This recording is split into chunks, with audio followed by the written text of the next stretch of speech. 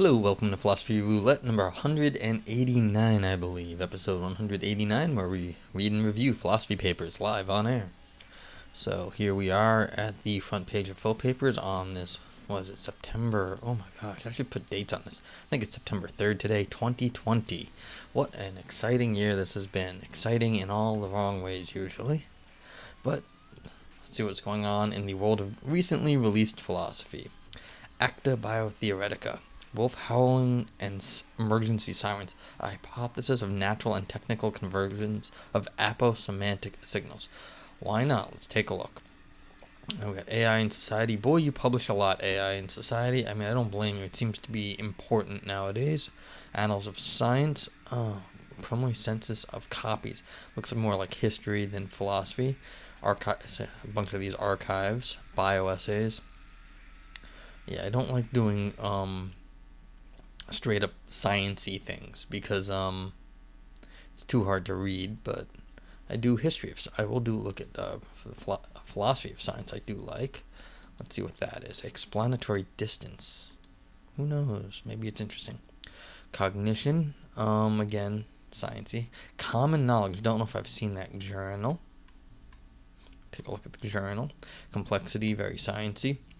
Oh, and this is back where I was a few days ago. Okay, so I've seen some of this stuff. Okay, but we got some stuff to look at, and I have this old paper here that was available, grounding paper. So if we can't find anything, we can always go back to that.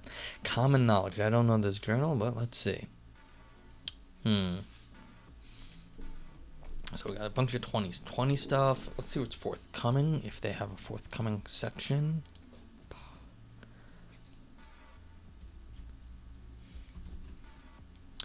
Well, how do you like that? Oh, it's a symposium. Fuzzy Studies, a symposium on the consequence of blur. Okay. So this is a symposium paper. This is one page. Review, oh wow, look at this. All these short papers. This is 12 pages. Carefully uncertain. Knowledge and Civilization. Review. Oh, these are all reviews. Okay. Yeah, these might all be reviews. Are there no... Okay. So yeah, it looks like a whole bunch of these things are symposium and like short papers. Okay, so not really what I read, but let's just see what this says. For all I know, it's a nice paper. Ekphrastic Poems 2. Citation. What is this?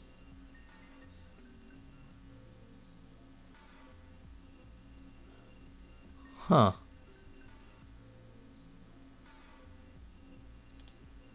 I don't even understand what I'm looking at here. A poem? Is this a poetry journal? I mean, it's a Ekphrastic Poems too, so it's a the irreverence of toleration in Judaism. Huh. Alright, well, if these things aren't available, but they do look like, this looks like, wait, so why is that one going to one site and this one going to a different site? Well,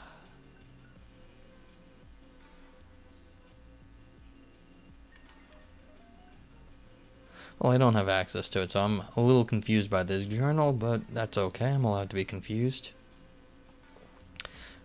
How I Met Don Quixote. I'd love to meet Don Quixote. That would be fun.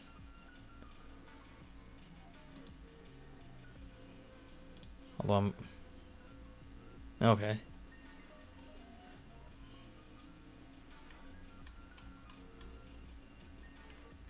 Alright, well, I don't have access, so... That's too bad for this one, but it's just sort of confusing to me because I've got all these 4-page things, which are clearly not articles, but I'm not sure what they are. Explanatory distance. Let's see if this is available. Let's see how long it is.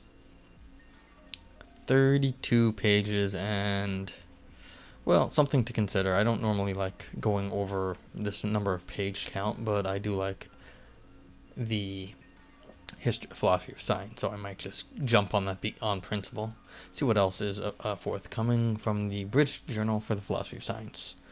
The Ramsey test analysis for causation for causal models. Do we have page numbers on these? Doesn't look like the page numbers are working on this stuff. Let's see if this is available.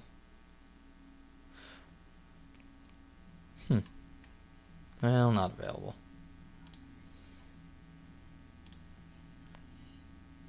Yeah, 27 pages also. Well, this single space 27, just goodbye, can't handle you. What's so spatial about time anyway? Cutesy title, got lots of downloads, probably because of cutesy title. Same with, alright. Okay, and this one looks like fancy. Steps towards coherentist quantum mechanics. So it's a whole different theory of quantum mechanics. That would be a fun thing. Let's see how long this one is. 24 pages. Maybe if you're double spaced, I'll read you. Not double spaced and wide spaced. So, let's see.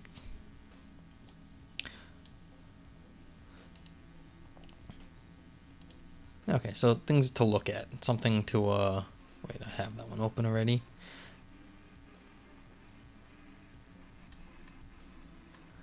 So, got some options. We got that grounding paper. We've got some philosophy of science now. Let's see what else we've got. Eddie Kim Chen. I know Eddie Chen. I've met him before. Eddie's cool. Eddie, I think, was at Rutgers. I think. Where was he? He was in the area. He organized the Metro Area Philosophy of Science group for a while, which is the philosophy of science talks in the New York, New Jersey, the New York metropolitan area. Yeah, 30 pages and single spaced. So I had gone to some of those talks at different times in the New York metro area. Okay.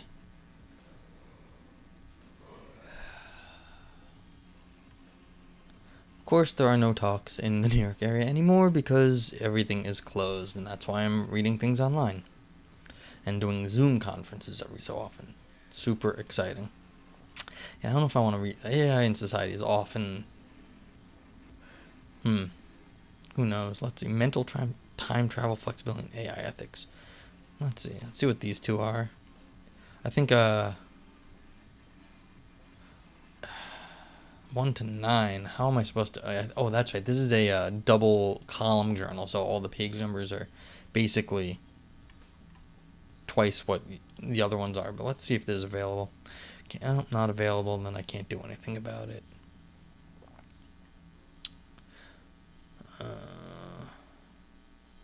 Yeah, so this would be interesting to talk about artificial mortal agents under different theories. I mean, why don't they have a deontological one for that matter?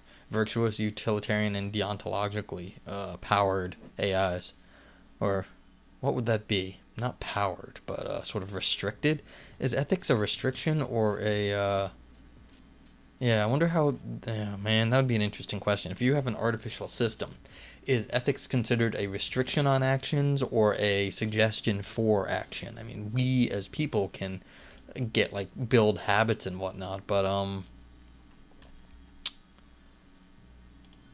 I don't know if NIH.gov, the hard problem of rights. Wait, this doesn't seem like... Is this the right paper? I don't even know, because this is on PubMed. But it looks like it's open access. Let's see if I can get a PDF of this. So I can actually judge the length. Let's see. 14, but maybe double columned. So yeah, it makes it very difficult. So this is really 28 pages. Okay, so... might be just fun to read in general. Let's see if we can get something a little bit shorter. Okay, and let's go take a look at this one also. This could be interesting. Let's see if it's available. Yeah, Acta Biotheoretica. What do we got here? Oh, okay, not available. Okay, so we've got some options, although everything's really long. So 14 pages, but teeny font and double columned. So if any of the viewers out there have a preference, let me know. We have the hard problem of AI rights, We have, what is this one? What's so spatial about time anyway? And then we have, is this more philosophy of science? Oh, all the philosophy of science things. Okay, so we've got a lot of science today. That happens. Some days it's like all ethics, although the AI stuff might be ethics. Let's just see how long everything is. 24 and wide spaced. This is 32 and double spaced. Thank you, Luffness. I appreciate it.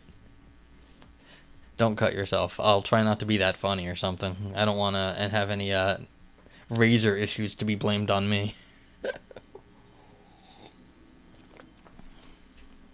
Okay.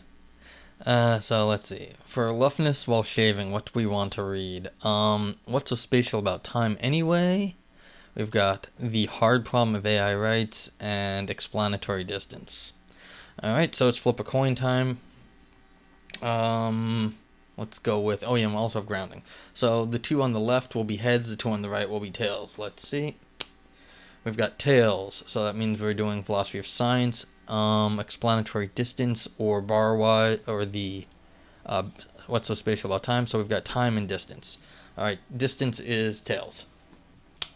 And it's tails again. I don't know if you can see, but it is tails. So we're doing distance. Congratulations on the author here.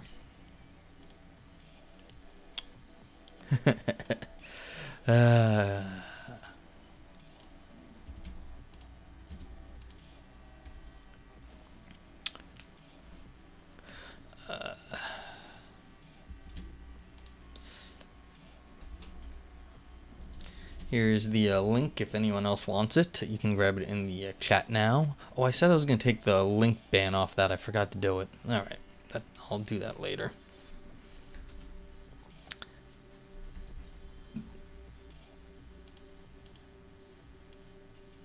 Oopsie.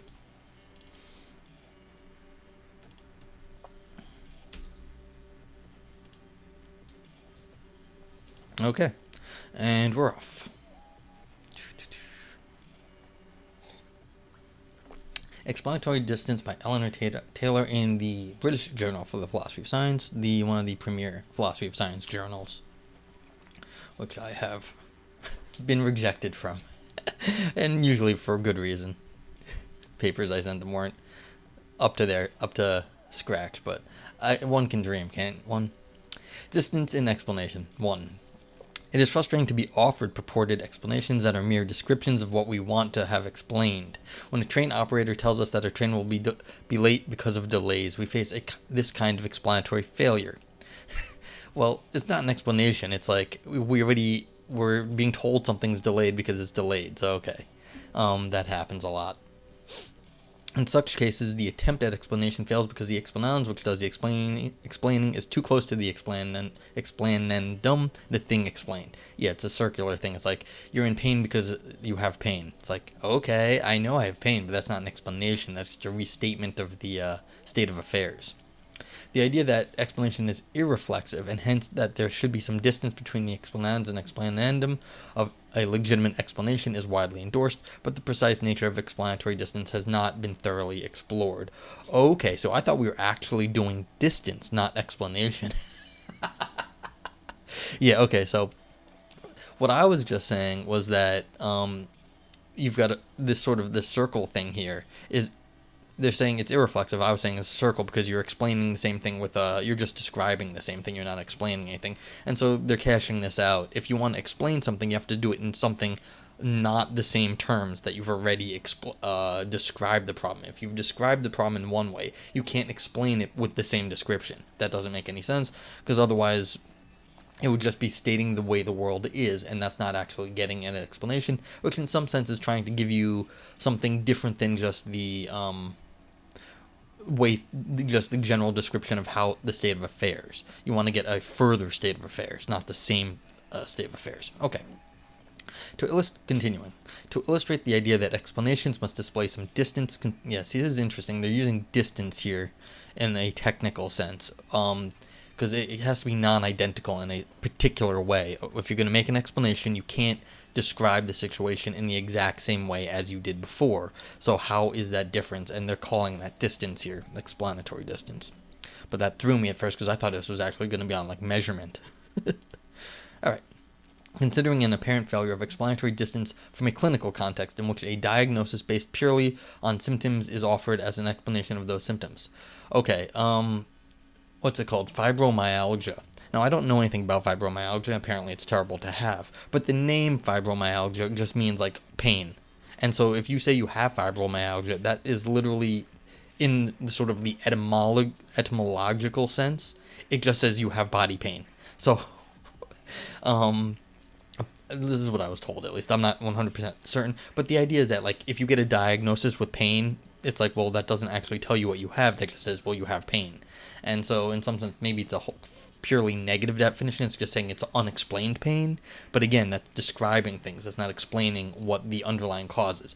Like, if you say you have, like, you feel sick and whatever, and then they find out you have cancer, then the cancer is an explanation, but it doesn't describe the symptoms you have. Fibromyalgia, by just like the historical etymology of it, just means pain. So it is just a straight up description. Okay, continuing. Patients with intermittent explosive disorder, a psychiatric condition, suffer from regular, poorly controlled aggressive outbursts that have significant impact on their lives. Yeah, so this is just a descriptive name. Imagine that a patient asks for an explanation of the fact that they have been having regular aggressive outbursts, and the clinician replies that they have intermittent explosive disorder, the condition of having regular aggressive outbursts. The explanans is too close to the explanandum for explanation, whereas a genuine explanation of the outburst could, for example, include a description of the physical mechanism that gives rise to the behavior. Yeah. The structure of such cases is that a patient presents with symptoms A, B, and C and asks for an explanation of their symptoms. The clinician offers the explanation, scare quote, that the patient has syndrome X, which is defined as having symptoms A, B, and C. Any diagnosis based purely on symptoms can be used to construct similar failed attempts at explanation. Attempts at explanation that appear similar to this may be useful in some way, or may offer the beginnings of an explanation. For example, if someone has symptoms A and then finds out that they have syndrome X, then this tells them that syndrome X is part of the causal history of their having symptom A, which on some views is sufficient for partial explanations of their having symptom A. However, merely offering a label for a group of symptoms does not explain those symptoms, and it is in such cases that attempts to explain symptoms by invoking symptom-based diagnostic categories can fail because the explanans is too close to the explanandum. This kind of failure and the corresponding requirement that there be some distance between the explanans and explanandum is a target of an account of explanatory distance. And viewers, please feel free to ask questions along the way. I will try to explain it, if I can, that is. Continuing. The view that explanation must display explanatory distance is reflected in the common commitment that explanation is irreflexive, and that full self-explanation, where the explanandum is identical to the explanans, is prohibited. The irreflexivity of explanation is a standard feature of account of scientific explanation, and the prohibition on self-explanation has also been discussed in the literature on identities in philosophy of mind, where many have argued that identities cannot explain. Concerns about self-explanation also come up in discussion of Humean accounts of laws of nature, where some argue that Humean laws cannot explain events because, according to the Humean, the laws are merely generalizations about events, rendering the attempt at explanation circular. An important exception is Baruch Spinoza, who held that the substances are self-causing and thereby also self-explained, but overall the prohibition on self-explanation is widely endorsed. This might appear to settle the issue of explanatory distance, but as I will show, the issue is more complicated, not least because diagnosing self-explanation can be difficult, and certain cases of partial self-explanation may be permissible, even if full self-explanation is not. Yeah, I agree. Most of the time when you're trying to figure out exactly what is explaining, you are also restating the problem in a certain way. Now, the question is, if you're restating the problem in a better way, or one that you think is more accurate, then again you're just restating the problem. But then if you're doing something more accurate, or you think it's a little different, then you are also explaining, but exactly what is the accuracy there when you're sort of making something clearer, even if you're not getting at some sort of underlying explanation, but if you're making it clearer, then maybe you are doing something useful. So this gets very murky very fast, because some re-descriptions of the same phenomenon are better than other re-descriptions. Okay. An account of explanatory distance will offer useful problem-solving resources because there are many philosophical problems with this issue at their heart. For example, some purported grounding explanations appear to lack appropriate level of distance, despite the fact that all accounts of grounding portray it as explanatory.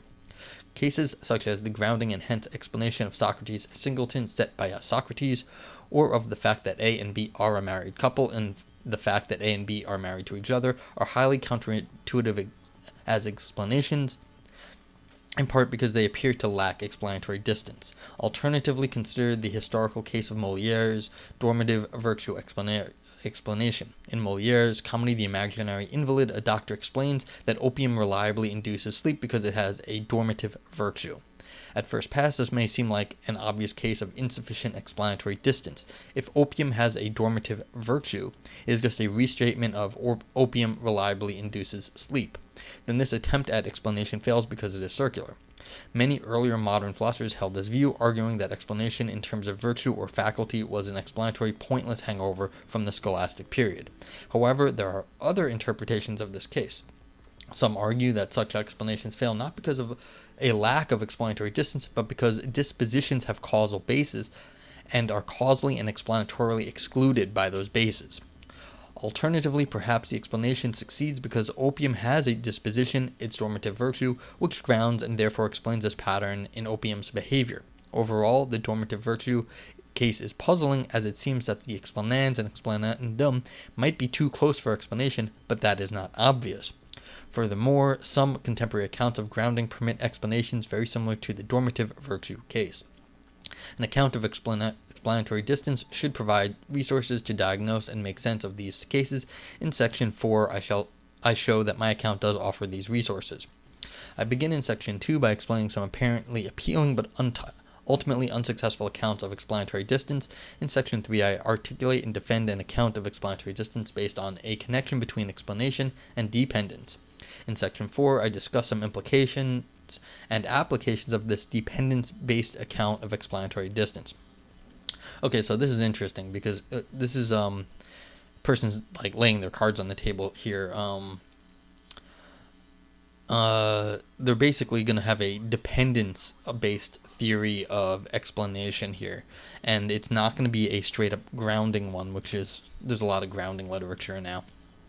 So this is going to be a little bit different. What exactly is the difference between dependence and grounding is going to have to be outlined. But yeah, this is all just, in terms of how this paper is laid out, this is just alright, it's a little bit of background, set up the problem. It is a sort of long-term problem. What is explanation? This has been going on forever. That's kind of not been going on forever. This person sort of starts from the modern period, and like Spinoza here. And that's kind of where we're going. So this is sort of a modern take on what counts as what it is to explain. Of course, the ancients and non-Western people have other theories, but this looks like this is what we're going to get, some sort of dependence theory that has a step up on sort of the modern take of explanation. Okay, so here's the failed accounts.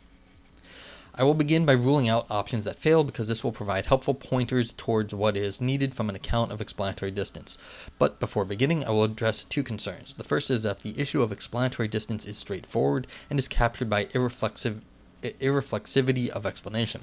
On this line of thought, there is no need for an account of explanatory distance because all it amounts to is the denial of self-explanation. However, this issue is more complicated. For example, there is logical space for the following combination of views: that explanation obtains between sentences, that intuitively there is insufficient explanatory distance in the dormitive virtue case, which involves distinct sentences. Furthermore, certain cases of partial self-explanation may be permissible with respect to distance even if full self-explanation is not. Consider the case of priority monism. Roughly speaking, the priority monist holds that parts of the cosmos are explained by the whole. This appears to be a case in which the explanans, the cosmos, contains the explanandum, the parts. Regardless of whether we endorse priority monism, an account of explanatory distance should make logical space for it. Simply prohibiting full self-explanation does not help us to make sense of this view, which indicates that the issue of explanatory distance is not exhausted by the issue of self-explanation. I will discuss this case in more detail at the end of section 3. Alright, so this is one of these little wrinkles in the problem. So you have to worry that even if you give yourself a... So again, with the setup of this article, there's a historical stuff. Author is going to go and hit a few of like the big sort of theories and why they fail, but they have to rule out a few wrinkles that you might think would work. Like let's just go completely non-circular, but that's not the case. Like we're still in like one universe, and if we're trying to explain the whole universe on one of the parts or a part based on the whole universe, we still have to be able to do that because if we want to have any sort of holistic theory, you can't do that in a strictly non-circular way. So this is just this is sort of like at the limits we're still going to have problems, and so you have to rule that out, or you have to be clear about that at first. Okay, so that's the first worry here. 2, the second one. The second concern is that accommodating explanatory distance is the work of an account of explanation rather than an account of explanatory distance. Okay, so be clear about what we're talking about. On this line of thought, for causal theory of explanation, explanatory distance is the distance between cause and effect, and for theory of grounding, explanatory distance is the distance between grounded and ground. So there is no work for an independent treatment of distance. An independent treatment of distance. However, it is not clear that an account of explanatory distance will straightforwardly fall out of a given account of explanation. For instance, as I will discuss in section 4, certain cases of purported grounding explanation appear to violate the distance requirement. Given that the problems about explanatory distance arise for many different kinds of explanation, this indicates that this issue deserves some focused attention independent of specific accounts of explanation. Furthermore, the view I will defend is compatible with a wide range of approaches to explanation, which is preferable to trying the account of explanatory distance to one account of tying the account of explanatory distance to one account of explanation. Okay, cool. So what's this real worry here? What's going on? Okay, yeah, you're bringing in some other concepts, ground, cause, effect. So there's just, basically they're just trying to be general. Again, both of these concerns are about the generality of the account here. So they're trying to be as general as possible. The first concern was like at the limits things break down, but that's okay. We know that. And then, or they don't break down, but there's some difficulties with the limits. And then we've got some related terms, and this account is supposed to sort of account for different terms and how people think about this in different ways. All right, so 2.1 modal. One way for facts or sentences to have some distance between them is for them to come apart modally. This motivates a modal account of explanatory distance as follows. Modal. There must be at least one metaphysically possible world in which the explanandum and the explanans differ in truth value. Modal does not specify that there must be a metaphysically possible world in which the explanans is true while the explanandum is false, because that would exclude any deductive explanation, including, for instance, deductive nomological explanations in which the explanandum is derived from an empirical claim and a law of nature. These are permitted by modal because there may be possible worlds in which the explanandum is true while the explanans is false, such as possible worlds with different laws of nature. Modal nicely accommodates the case of the dormitive virtue and the patient's psychiatric symptoms. If a dormitive virtue is the pattern in events of a substance reliably inducing sleep, then there is no metaphysically possible world in which the explanandum, opium reliably induces sleep, is true while the explanans, opium has a dormitive value, is false, or vice versa. However, if the fact that opium has a dormitive virtue is different from the fact that opium reliably induces sleep, such as if the dormitive virtue is a power rather than a pattern of events, then there may be enough distance for explanation. Either way, modal clarifies the ambiguity. Modal also vindicates the intuition that there is insufficient distance for explanation in the psychiatric case, because if it is true that syndrome X simply means having symptoms A, B, and C, then there is no metaphysically possible world in which patient has symptoms A, B, and C is true, while the explanans has syndrome X is false, or vice versa.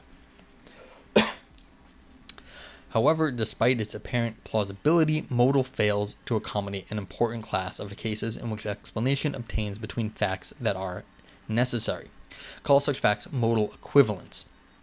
One example is based on Peter Lipton's case of the non-causal explanation of the position of some falling sticks.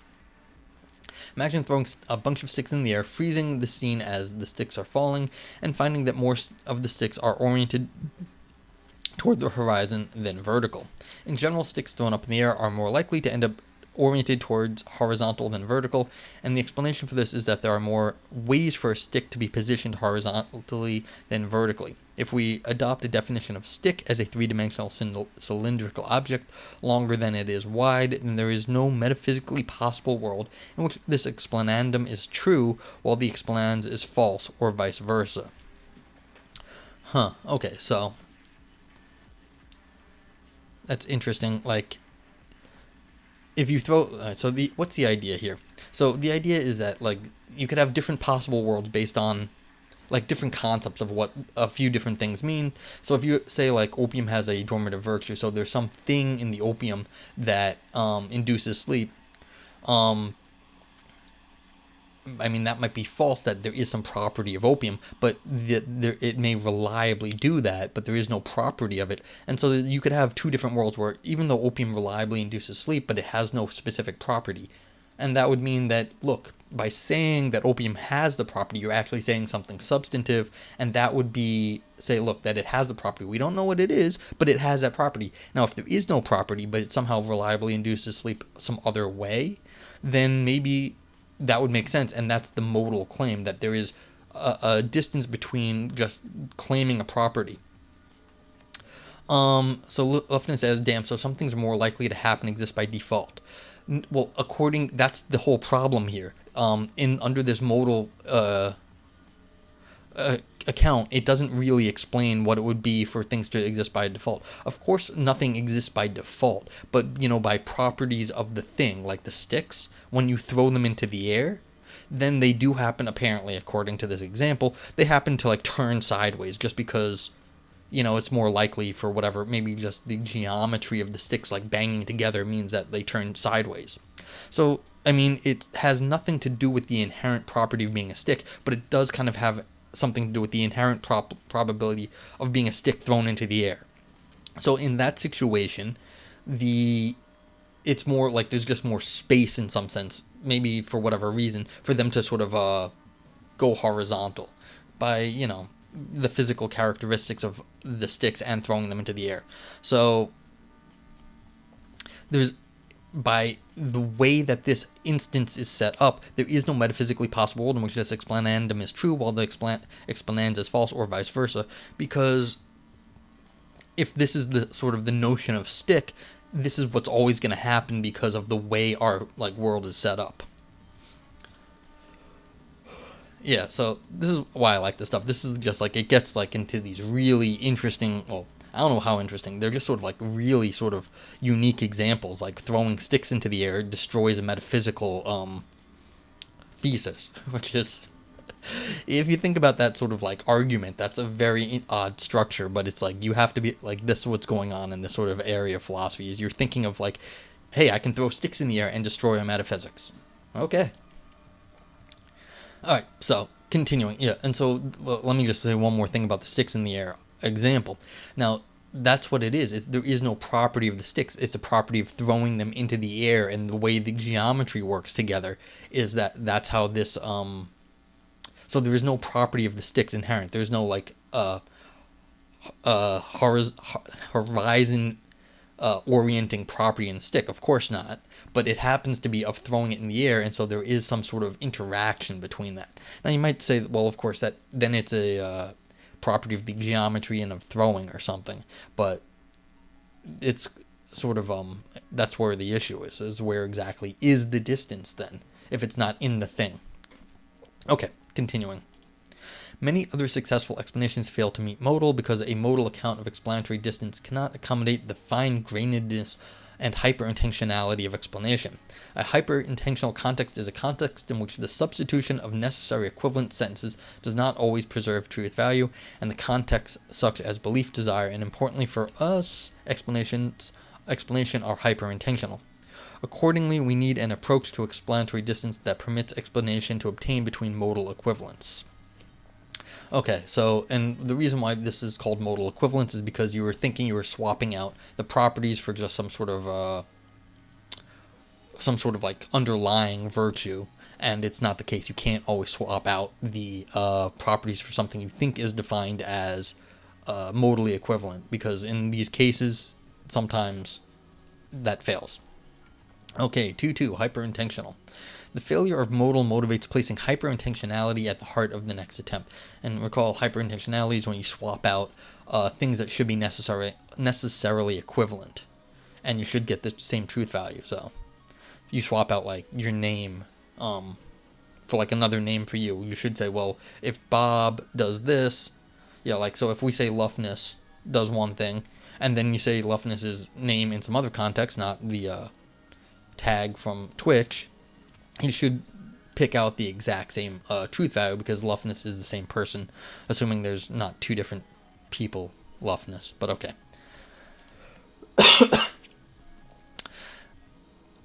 The failure motor motivates placing hyperintentionality at the heart of the next attempt, hyperintentional. The explanans and the explanandum must be at least hyperintentionally distinct, such that substituting either for the other in a hyperintentional context does not guarantee preservation of truth value.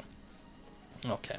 This proposal might seem promising simply because it is based on the feature that undermined modal, but it fails because there are cases where an attempt at explanation meets hyperintentional's criteria but lacks explanatory distance.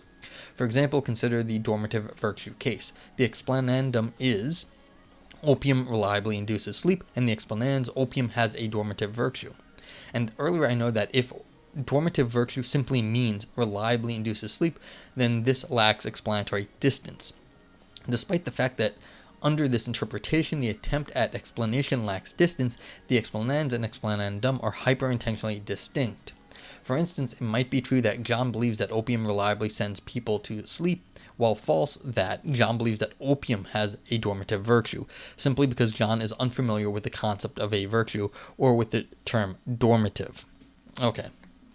I actually don't want to touch this example with the 10-foot pole because this starts getting into the dicto de re issues with belief and under like what people believe under context. But this is sort of interesting because you can still pull these things apart, because once you start looking at what actually is going on in the world, and once you just like, so the modal case is at just a metaphysical level. Like, could these things be different? Where is the virtue, the underlying factor located? Is it in the thing? Is it in the world? Somewhere else? So since you can't locate the right world, you can't have a modal account. Now, if you say, okay, fine, we're going to have all different objects like have to be replaceable, and that's where the under hyperintentional contexts you have to be able to have substitute either for the other does not guarantee preservation of truth value. But it could be that there are other things going into it because of a person in the way that they understand something. Maybe they understand something the wrong way, and so it may preserve truth value or may not, and so we've got some sort of even though they're hyperintentionally distinct, let me say this again. Despite that, under interpretation attempts explanation lacks distance, so the things do exactly mean it, but under certain, not everyone knows that in some sense. So what John believes matters here, but you see, that does matter, because if all of us believe one thing, but someone else believes something else, you still are running into the problem where you can't match up the thing that is explaining and the explain and the explanans and explanandum. That what needs to be explained in that and the explanation. Okay. So what people believe also matters. It's not just on the metaphysical level. Overall, modal is too strong because it rules out good explanations with appropriate distance, while hyperintentional is too weak because it does not rule out some attempts at explanation with insufficient distance. We need an account of explanatory distance that accommodates hyperintentionality of explanation, but is more stringent than hyperintentional.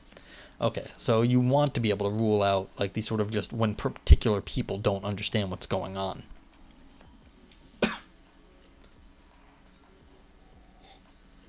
Yeah, because if I don't know something, that doesn't rule out that doesn't make their, if I don't understand what's going on in some explanation, that doesn't mean that there's some sufficient distance to explain the phenomenon. That means there's insufficient distance in my head about what's going on. Like I don't really understand. So that would just be a problem with explaining to particular people, not all people. And science is in the business of explaining general things that have to be explained to all people. Okay, 2.3. Just is generalized identities and identifications. An intuitive way of thinking about explanatory distance is that it is the requirement that the explanans and explanandum not be the same, and so identity seems like a promising place to look next. In this section, I will survey some attempts to use work on identity from Agustin Rayo, Fabrice Correa, and Alexander Skiles, and Ciandor as a basis of an account of explanatory distance. Even though these approaches appear more promising than modal or hyperintentional, they turn out to be unsuccessful bases for an account of explanatory distance. Rayo induces the just is sentence. For example, for Susan to be a sibling just is for her to share a parent with someone else. For the glass to be filled with water just is for it to be filled with H2O. Rayo argues that when a just is sentence is true, both parts of it fully and accurately describe the same feature of reality. Rayo suggests that we understand just is as an operator, triple bar, that applies to sentences. He takes phi triple bar psi to express for phi to be the case, just is for psi to be the case. Phi triple bar psi is true if and only if phi and psi have the same truth conditions, but Rayo does not take this to mean that phi and psi are the same proposition. The triple bar operator is symmetric, which might seem inappropriate for an application to explanation, but given that the target here is an account of explanatory distance rather than explanation itself, a symmetric operator can do this work. An important feature of the just is operator is its connection to metaphysical necessity and possibility. For phi to be just the case, for psi to be the case, is true if and only if there's a corresponding modal connection, so box phi if and only if psi. Here is an account of explanatory distance based on Rayo's just is operator. Just is. For any explandum sentence phi and expland sentence psi, not the case that phi triple bar psi, or it is not the case for phi just to be the case, just is for psi to be phi to be the case, just is for psi to be the case. We do not need to turn case studies to see that just is fails because of the connection between just is senses and metaphysical necessity. Because, and we got like parentheses, for psi to be the case, just is for psi to be the case if and only if box, so the necessity of phi if and only if psi. If we just adopt just is as a criterion of explanatory distance, explanation cannot obtain between modal equivalents. Explanation. Okay. However, explanation does obtain between modal equivalents, so although the just is operator may be useful for other purposes, it is a non-starter as the basis of an account of explanatory distance. Okay, so the fact is, you just can't, it's too close to the other, so explanation does obtain between modal equivalents, so although the just is operator may be useful for other purposes, it's non-starter. Because it's sort of saying that cannot obtain, look, if we adopt just as a criterion for explanatory distance, explanation cannot obtain between modal equivalents. And the problem was we were arguing with modal before that you need more detail here. When it comes to modal equivalents, if you recall on the hyperintentional thing, it was a problem with the equivalents. And if different people don't know what are identical, then it looks like that's too strong, because then there'd be people who think there's distance, but there really isn't. Okay, like John believes that there's a difference between Superman and Clark Kent. But of course there isn't a difference between Superman and Clark Kent, even though they're modally the same person. So.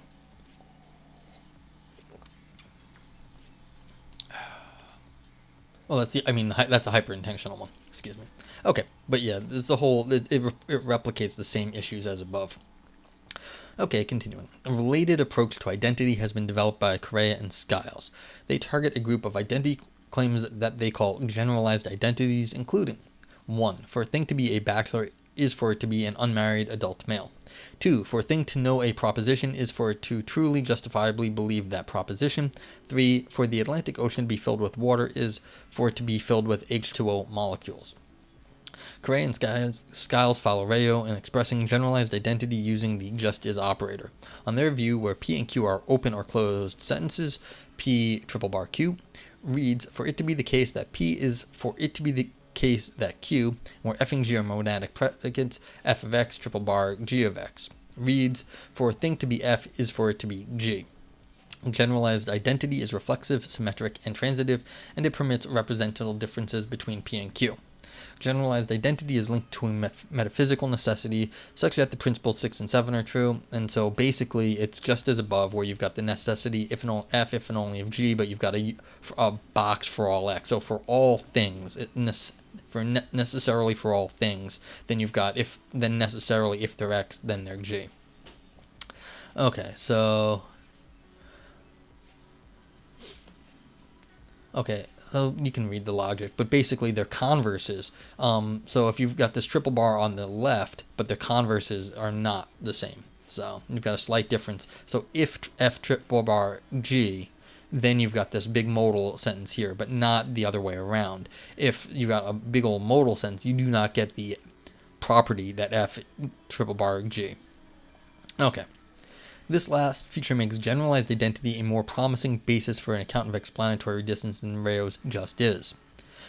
All generalized identities obtain between necessary equivalents, but some necessary equivalents are not generalizably identical, which leaves open the prospect of explanation obtaining between modal equivalents. Okay, so let me just show that here. So the fact is that if you've got like the modal thing, then you don't necessarily get this triple bar thing here. But if you've got the triple bar thing, then you get the modal thing. So then you get this modal thing here. And so that's what's saying it's this triple bar thing is a little stronger, because if you have that, then you can get this, but not the other way around. And so that means there is some sort of explanatory distance between triple bar and the box. And so that's the difference, is that the triple bar leads to the box, but not the other way around. And so there's explanatory distance somehow is in this triple bar, and that's getting to the box. Okay. Despite this promising feature, however, generalized identity cannot serve as the basis of an account of explanatory distance. An account of explanatory distance based on generalized identity would require that in an explanation with adequate distance and the explanans and explanandum are not generalizably identical. If any generalized identities are explanatory, then the approach will fail, and some generalized identities do seem to be explanatory. For example, consider sentences 1 to 3 above. Some accounts of grounding explanation take 1 to be explanatory, such that the fact that a particular man is a bachelor is grounded in and therefore explained by the fact that he is an unmarried man. Even if we reject this case as too close for explanation, and I'll discuss these cases in section 4, it is at least plausible that we get some kind of explanation out of 3. So, like, if you didn't know that a bachelor, what the meaning of bachelor, then it was explained to you saying, oh, he's an unmarried male. So that is some kind of explanation, even though maybe you were kind of confused on the definition of bachelor. So that was sort of, it explained exactly what it was to be a bachelor. And so that's the problem, is that if even these very close cases where you're just sort of explaining one little detail, maybe that's causing this problems. And finding out that some liquid is H2O, that we can situate the liquid in the causal and nomological order, and so understand that explanation explains some of its features. There's more to say here, but these cases indicate that at least some generalized identities are explanatory. So that means you could go the other way. You could get from the definition to the wider claim.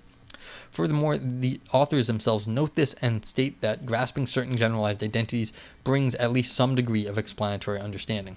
So that's the issue here, is that if something really is because we take it that being a bachelor necessarily means you're unmarried, adult male, then this way does imply P triple bar Q. So that would mean that in these cases that you also get this, and so then there isn't anything special about the triple bar. It just means the exact same thing as box, if and only if. So that's that means it's not sufficiently accurate, that the triple bar is not sufficiently precise enough to get you what exactly explanatory distance is. Dorr has developed an account of the logic of a class of sentences that he calls identifications. Dorr argues that because he is exploring the logic of identifications for metaphysical purposes, any operator he introduces must be transparent in order to be metaphysically useful. The identifications Dorr wants to capture are claims about the world, he argues, and as such their truth value cannot be sensitive to distinctions in modes of presentation. An account of explanatory distance based on Dorr's notion of identification would rule out explanations between any sentences that are identical in Dorr's sense. Whether sentences are identical in the sense is a transparent matter, and as such not subject to change in mode of presentation. However, there is good reason to think that whether one sentence explains another is not a transparent matter and can be influenced by changes in mode of presentation. For a motivating example, consider a Quinean gloss on Lang's strawberry case discussed in footnote 17. There, the explanandum was, 23 strawberries cannot be evenly divided among 3 people without cutting any strawberries. And the explanans, 23 is not evenly divisible by 3. Consider an alternative presentation of the explanans. David Beckham and Michael Jordan's favorite jersey number is not evenly divisible by 3. It is not obvious that the explanation is preserved under this presentation, given the lack of explanatory salience of Beckham and Jordan's preferences to the explanandum, even though the same number is picked out by both sentences. Such considerations indicate that the explanation in general, much like belief, is not transparent, even if there is a specifically metaphysical category of explanation that is transparent. Given that an account of explanatory distance should apply to explanation in general and not just a particular kind of explanation, Dorr's work on identification cannot provide the basis of an account of explanatory distance. Okay, so what's going on here is basically, so what do we got? So if you're going to be completely transparent about this, sometimes you've got built-in complexity, like David Beckham and Michael Jordan. You can't be completely transparent. Again, this is sort of like the John Believes case, because you've got what is going on with David Beckham and Michael Jordan and their favorite jersey. So even though divisible by 3 might be analytic, you can say, look, their jersey number isn't divisible by 3, like 23, then, because it is 23, then there's still complexity there because you have to understand something about David Beckham and Michael Jordan. And their favorite jersey number is not going to be an analytic truth. Okay, so there is room here to reply. For instance, one could argue that an account of explanatory distance need not be general. However, even if we can use Dorr's work on identifications as the basis of an account of distance for metaphysical explanation, and it is not obvious that even metaphysical explanation need be transparent, this is a small subset of explanation, and so more work would be needed for a general account of distance that can be used for problem-solving purposes. My view is general, and so avoids this problem. Alternatively, one could argue that there are coherent views of explanation as not sensitive to modes of presentation, and so that the issue about transparency does not undermine this approach to explanatory distance. I agree that there are coherent views of explanation as not sensitive to modes of presentation, but basing an approach to distance on such a view would be to hold the account of distance hostage to a highly specific view of explanation. My account can accommodate views of explanation as not sensitive to modes of presentation, but is not restricted to such views. Okay, so basically, because Dorr is sort of focused on a certain subset of explanation, and there are issues where it might be interesting, it's it's too narrow for just explanation in general, even if it gets you some hay working on it. Okay, distance independence. I think we're finally getting somewhere. Each of these attempts to formulate an account of explanatory distance has faced problems and counterexamples. It would take more to show that no version of each of these could work, but in this section I will take a different approach. I will sketch an account of explanatory distance based on a connection between explanation and dependence, and argue that this view is more promising than the alternatives already considered. The idea is that there is a connection between explanation and dependence is most clearly articulated in backing models of explanation. On this prevalent way of thinking about explanation, explanations are backed or supported by underlying dependence relations that are not themselves explanations. A traditional example of a backing relation is causation. According to backing views of causal explanation, causation is not itself explanation, but causal explanations nevertheless explain by giving information about causation. Separatists about grounding hold a similar view about grounding explanation, on which grounding is a form of metaphysical dependence that is distinct from but supportive of explanation. Some have argued that mereological relations such as parthood can also back explanations, while others extend this view to include non-metaphysical forms of dependence, such as conceptual dependence in this role. There is a lively literature on the precise nature of backing relations, with some arguing that they must be asymmetric or reflexive and non-monotonic, reflecting these features of explanation, while others argue that backing relations need not have the same formal features as explanation or disagree about those features. The proper characterization of backing depends on substantial issues about the nature of explanation, and rather than attempt to settle any of these broader issues here, I will simply take backing models as offering a sketch of the motivating idea that explanation is supported by dependence relations. Okay, so we've got this is a whole literature on how do we understand grounding and explanation anyway, on dependence. This is definitely not the only one. My proposed account of the relationship between distance and dependence makes use of this backing view of explanation as follows. Dependence. What is described in the explanandum must depend upon what is described in the explanans. There is much left open here about what the precise nature of dependence and the correct taxonomy of dependence relations and different accounts of explanation will fill out these details in different ways. Accordingly, dependence is compatible with a wide range of different approaches to explanation. For instance, consider debates about whether the explanans of a successful explanation must give information about a cause of what is described in the explanandum. Dependence can be endorsed by all participants in such debates, as proponents of non-causal explanation hold that explanans of some explanation gives information about whatever is described in the explanandum non-causally depends upon, while defenders of purely causal explanation accounts of explanation restrict this to causal dependence. Alternatively, explanatory realists can endorse dependence while admitting only metaphysical form of dependence, while explanatory non-realists and anti-realists can endorse dependence while permitting explanations to be backed by non-metaphysical forms of dependence. Okay, so, what are we talking about here? What is dependence then, if we're going completely so wide? What is described in the explanandum must depend upon. What does this must depend upon mean? So, if it's just some arbitrary, this is what we're going to define as how we explain things. What is the value here in saying it depends upon it? If you can say what is described in the explanandum must explain what is described in the explanans, then does depend actually add any understanding as just repeating the problem and getting back to the initial issue? Does this beg the question? Alright, continuing. I'm a little worried. I'm a little worried about there being no teeth to the dependence account here. Alright, but let's see where the author is going. Dependence accommodates widely held intuitions about cases. Consider the psychiatric explanation, which intuitively fails because there is insufficient distance between the explanans, the patient has syndrome X, and the explanandum, the patient has symptoms A, B, and C. Dependence returns the correct verdict on this case, vindicating the intuition that this attempt at explanation lacks explanatory distance because the explanans does not give information about what the explanandum depends upon.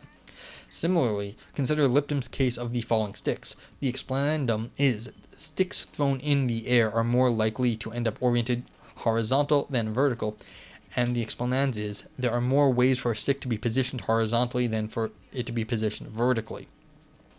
Even though these are modal equivalents, this is intuitively explanatory, and depends once again returns a correct verdict, because the facts about the likelihood of the positions of the stick depends on the geometric facts about the possible position of the stick. There is sufficient distance for explanation. I have argued depends handles cases very well, and that is a benefit of the view compared to the alternatives considered here, each of which faces serious counterexamples. However, the extent to which dependence handles cases well and the range of cases it must handle depends in part on the other commitments about explanation with which dependence is combined. For instance, on a causal view of explanation, the case of the following 6 would not count as explanation, and so there would be no issue of explanatory distance to accommodate here. I will return to this point in section 4. I offer a pluralist view of explanation on which explanations are backed by many different kinds of dependence relation, and the context determines which kind of explanation is salient, but none of this is required to endorse dependence. Okay, so here's what's going to happen. I was worried that there is no real meaning to dependence, but what's going to happen is we're going to have context determining. So context is giving the dependence relation. Now, I'm personally a little worried about context. Like, what is context, and how does it give you dependence? The correct explanation. So, how does context determine explanation? Well, we don't know, but we'll find out. Dependence is independently motivated because, as we have seen, backing models of explanation explicitly build this connection between dependence and explanation into the nature of explanation. But the idea that there is at least part of the job to explain, to report on relations that are not themselves explanation, can be found in a variety of views that are not explicitly framed in terms of backing. Okay, so why is it different from backing here? For instance, the interventionist account of explanation, which are not framed in terms of backing or depends, portray explanations as giving information about relations of modal dependence. Okay. The claim that there is a connection between dependence and explanation has also been explored in the literature on understanding and explanation, with some arguing that information about dependence relations is an important component of the understanding that explanation can provide. Okay, so this is basically just, this paragraph is just saying, hey, look, other people say this too.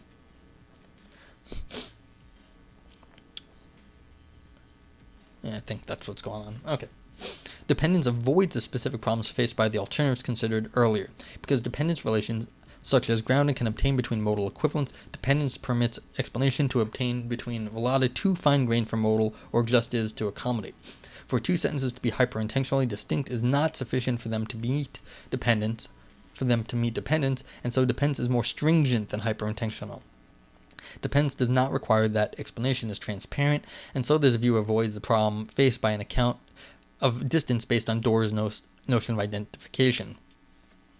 Overall, dependence is compatible with a wide range of approaches to explanation, handles cases well, is independently motivated, and avoids the problems that undermine alternatives considered here. In the next section, I will also show that dependence offers useful diagnostic and clarificatory tools for addressing problem cases. An interesting implication of dependence is that, depending on the background metaphysics, it may permit partial self-explanation. As mentioned earlier, a prohibition on full self-explanation is widely accepted. However, it seems at least plausible that there are cases of partial self-dependence and that these may back explanations. For example, the view that some parts may depend on their whole, as in priority monism, is an instance of such partial self-dependence because the part is a part of the whole on which it depends. If there genuinely is a dependence relation here, then there may be explanations of features of the part that give information about the whole, and these would be cases of partial self-explanation. If there is genuine dependence in such cases, then those explanations will be fine with respect to explanatory distance. The idea that explanations may proceed from whole to part might also help us to make sense of cases such as explanations that involve Humean laws. If there is a genuine dependence relationship between a generalization and an instance, then facts about the generalization might well explain facts about the instance, even if the instance is strictly speaking part of the generalization. Whether these are genuine cases of dependence is up to the background metaphysics, but if it returns out that they are, then dependence can accommodate them and the explanations that report upon them. Okay, I know this is getting a little in the weeds here, but please feel free to ask questions if you want. So basically what we've got is a very abstract dependence understanding that is context, that is determined by contextual features. So depending on, so I hate repeating myself. So given some context, then you can search out for the minimal dependence relation that is used in that context, given by the background metaphysics. And that's how you understand what explanation is, what is the fundamental background metaphysics, and then you can sort of tease out what counts as an explanation in that theory. Okay, so applying dependence. One of the promised payoffs of an account of explanatory distance is that it will help us to make sense of apparent problem cases. Here I will consider two: grounding explanations and the normative virtue explanation. There are many different accounts of and approaches to grounding, but the rough idea is that grounding is a form of non-causal metaphysical determination that is either explanatory itself or stands in a close relationship to explanation. Opinions differ about the relata of grounding, and all those differences have implications for the explanatory role attributed to grounding, but on all views, grounding is explanatory either as explanation itself or as a backer of explanations. Indeed, given the many differences among grounding theories, this close connection between grounding and non-causal explanation is one of its defining characteristics, and the claim that grounding is explanatory is central to the work attributed to grounding. However, many cases of grounding are highly unintuitive as explanations. For example, the fact that A and B are a married couple is grounded in the fact that A and B are married to each other. Socrates' singleton set is grounded in Socrates, and the fact that the paint is red is grounded in the fact that the paint is scarlet. In each of these cases, the explanans and explanandum seem too close for explanation. A grounding theorist can reject the claim that these are instances of grounding, and these are merely intuitive worries. However, it is clear that in many purported cases of grounding explanation, the explanans and explanandum are very close indeed, and so an account of explanatory distance should have something to say about these cases. Fortunately, dependence does have something to say about these cases. So, alright, just in terms of how this paper is written, it's like this is generating a worry that maybe certain people have in this area, and then showing that the theory here has the sufficient philosophical resources to explain it. But in some sense, this is a little bit artificial, because you have to be a grounding theorist before you start worrying about these things. Now, there's plenty of grounding theorists, but in some sense, look, you've got some sort of a metaphysical issue depending on your metaphysics, and then this is going to say, look, the dependence does have something to say about these cases. So, is that? So long as the explanans gives information about whatever is, so we've got a gives information theory here, about whatever is described in the explanandum depends upon, then there is sufficient distance for explanation. This puts the onus back onto the grounding theorist to clarify and defend the claim that the fact that the paint is red depends on the fact that the paint is scarlet, or the fact that A and B are married couple depends upon the fact that they are married to each other. If the case cannot be made for dependence, then the case cannot be made for explanation. And so this issue about the underlying metaphysics, the grounding theorist has to make the case not only for the position that there is a specifically non-causal form of metaphysical dependence, but also that it is operative in these cases. Alright, so this seems like it's super important. We've got dependence. The explanans gives information about what is described. So dependence has something to do with an information change here. And so if you are concerned that there is no grounding there, but then there is some information that is given in one part that it wasn't given in the other part, then the grounding theorist has to say, well, what is that difference then, even because there's an informational difference. Okay. Furthermore, if there is sufficient distance for explanation in these cases, we can make sense of the apparently unintuitive nature of these explanations by combining dependence with other plausible commitments. For instance, it is fairly plausible to think that context plays at least some role in determining whether a particular explanation is useful or salient. We can combine dependence with this contextual approach to explanation in the view that explanation gives information about a variety of different kinds of dependence, and that Different kinds of explanation are salient in different contexts. Doing so opens up a range of useful resources for making of apparently counterintuitive explanations. For instance, even if the fact that some paint is red is grounded in and therefore explained by the fact that the paint is scarlet, it might be that I am almost never in a context in which that particular form of dependence and hence of explanation is explanatory salient.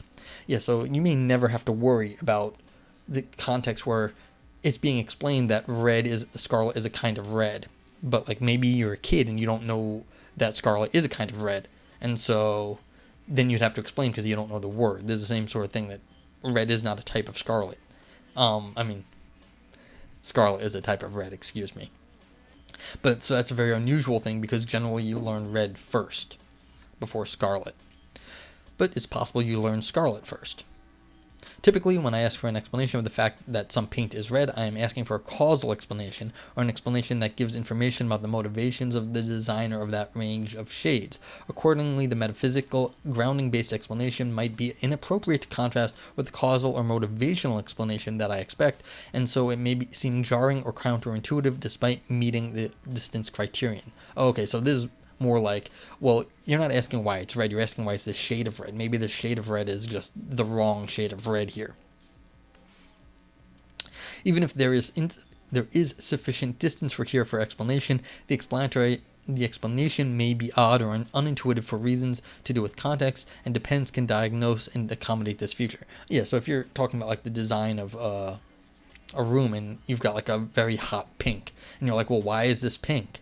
And well, you're not asking why is it pink in terms of like the atomic structure reflecting this pink. You're asking why the hell did the designer make this room hot pink? Like, that's a crazy, ugly room, maybe. Maybe it's a beautiful room. And you're asking how are they so smart or not, but it's like why? It's a completely different context, and so you're looking for a completely different explanation. And what depends on the kind of information you're looking for is different there. Okay. Now Let's now turn to the dormitive virtue case, which is puzzling because on some plausible readings, it appears to involve an obvious failure of explanatory distance, on others it does not. If opium has a dormitive virtue simply means opium reliably induces sleep, then there's a clear failure of explanatory distance because the explanans is a mere redescription of the explanandum. If a dormitive virtue is a metaphysical entity, such as a power, on the other hand, then the fact that opium has a dormitive virtue might metaphysically explain the fact that opium reliably causes sleep. Dependence makes sense of these options and makes clear that the resolution of this puzzle depends not just on considerations about explanation itself, but on the background metaphysics. On the latter option, the explanans metaphysically explains the explanandum because the explanandum is metaphysically dependent on the explanans, and the fact that opium reliably induces sleep is metaphysically explained by the information about the entity responsible for that pattern of its behavior, the power or virtue. This interpretation rests on a view of explanation that includes specifically metaphysical explanation and an ontology that includes powers, virtues, or dispositions.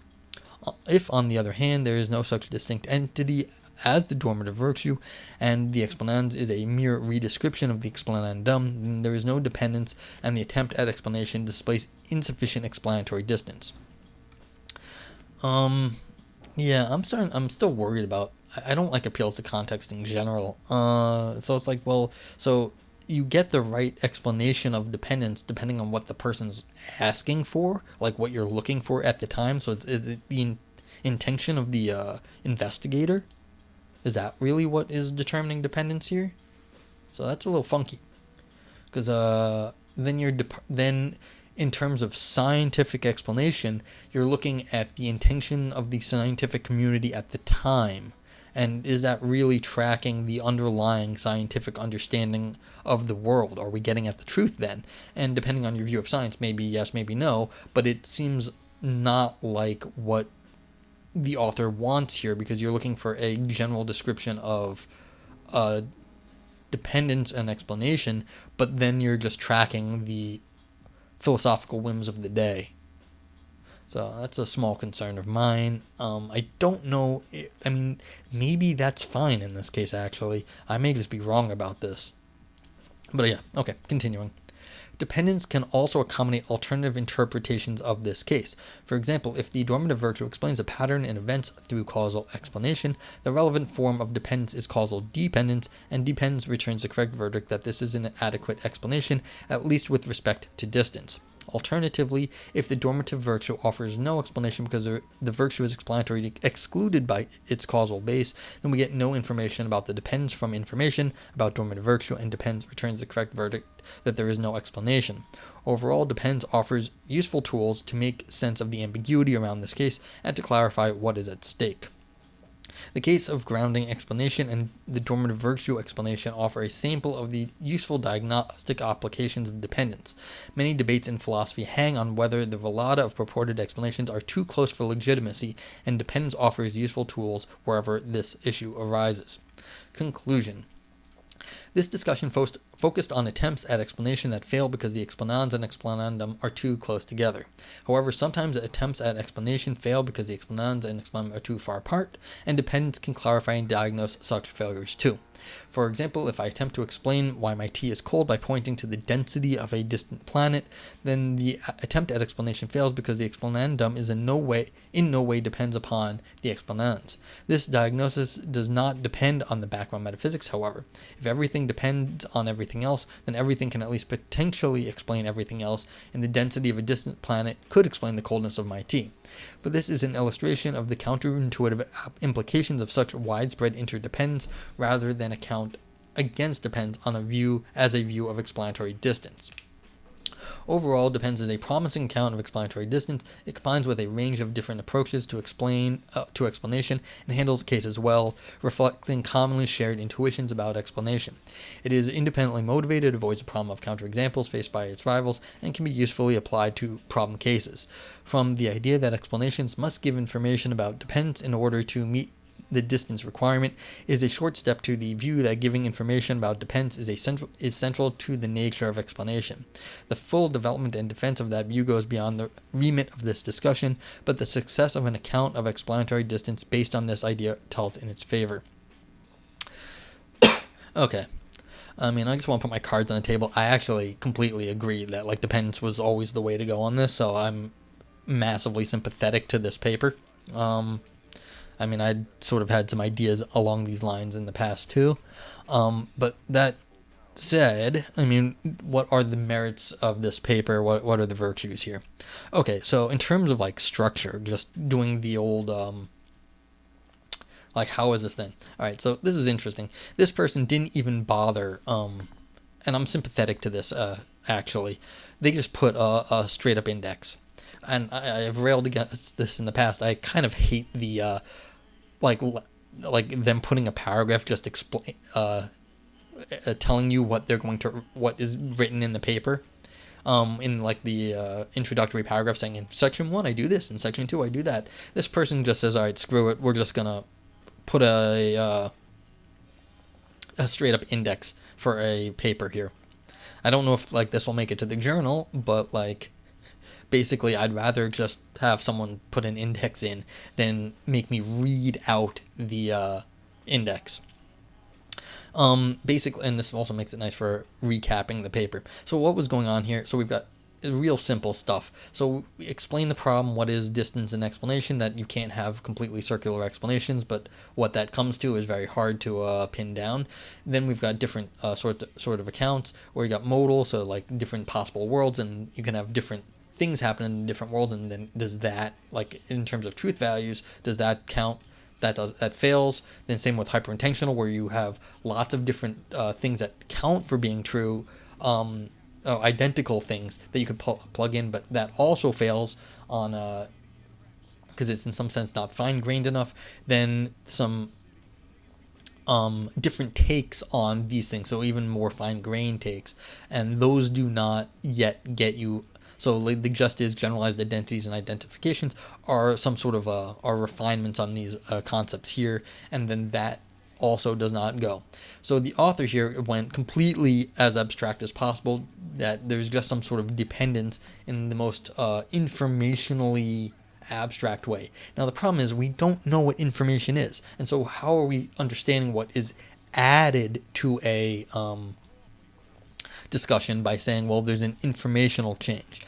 And I guess the explanation of that is, well, you look at the relevant background metaphysics under investigation here. Is there a background metaphysics that is getting more information than you had at previous times? So what is actually being added when you give an explanation? Well, it's information so there's valuable metaphysical information being added. Okay. Do we know what counts as valuable metaphysical information? Not sure. But in some sense, the failure of these other accounts shows that it's not modal information, it's not hyper-intentional information, it's not just a refinement of these things.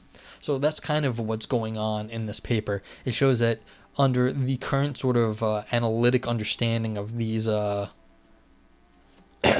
explanatory theories, there's still more metaphysical stuff in the background that could be going on. Now, do we know what that is? No, but we can appeal to the metaphysics because there's going to be some background metaphysics, and then at that point we can say, look, given this sort of background understanding, we can understand that why these explanations are valuable, even if they look like it is almost completely circular or very far apart, depending on how we understand our metaphysics. Now, yeah, so that's good. But I do worry that I hate context myself, like appealing to context. So it worries me that this is the appeal to context means you don't know exactly what counts here, and so not enough has been given to define dependence as a substantive term that is doing work for us. Because if you're just saying it's given by context, then what does dependence add other than context that is useful in that context? I don't know. What is it to give information? Well, what counts as metaphysically important information at that point? And so these other theories can say, well, these are the specific things that count, and this author has shown that those are insufficient for the general understanding. Now, that's fine. Yeah, okay. So that's kind of what's going on here. It shows that the other theories can't really get general enough to give a full explanation. Now, what exactly that counts as, I mean, even the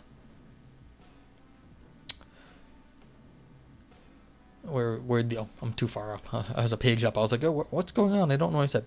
I mean, the full development and defense goes beyond the remit of this discussion, but the success of the account of explanatory distance based on this idea tells in its favor. Yeah, see, the issue is you can show that the other theories fail. I'm just not sure that this has given, it shows that this one is going to succeed either.